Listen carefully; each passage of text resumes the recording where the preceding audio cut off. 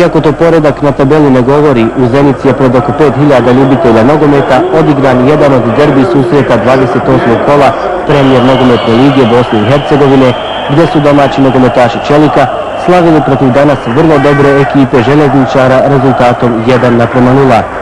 Utakmica koja će biti brzo zaboravljena obilježena je mnogim prekršajima, zbog čega je sudija Slavko Zokić bio primoran pokazati 8 žutih i 1 crveni karton, te jalovim napadima u kojima su prednjačili domaći nogometaši, dok su gosti svoje prilike tražili iz kontranapada.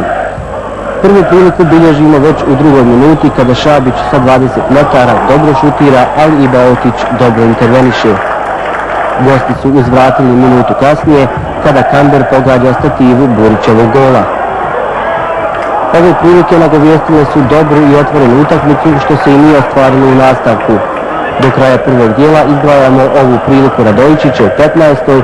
te najbolju priliku prvog dijela u kojoj se Salčinović propisno obrukao sa 5 metara, nije uspio pogoditi okvir gola Bajotića. U drugom poluvremenu dosta prilika, ali i nervoze na terenu. Prvo uzbuđenje desilo se u 51. minuti kada lopta u kaznenom prostoru pogađa kapitena gostiju Mulalića. Domaći su mišljenja da se radilo o najstrožijoj kazni, međutim pištaljka sudije Zokića nije se oglasila.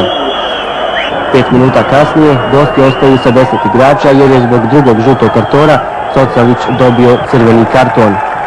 Podršku sa tribina Plavice Krbavice dobili su tek u 70. minuti utakmice kada je na stadion stigla grupa od oko 100 navijača koji su putovali vozom, praćenih pripadnicima specijalne policije Ministarstva unutrašnjih poslova Zeničko-Dobojskog kantona. Priliku da postigne pogodak točno ušao imao je i Đapić, koji dobro šutira, ali dobro interveniše drugi golman Željezničara Radulović. Igrala se 87. minuta.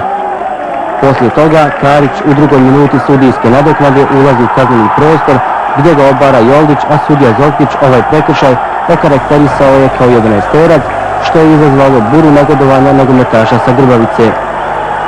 Izvođač je bio Radojičić, koji pogađa i donosi pobjedu koja ostavlja ekipu Čelika u Premijer nogometnoj ligi.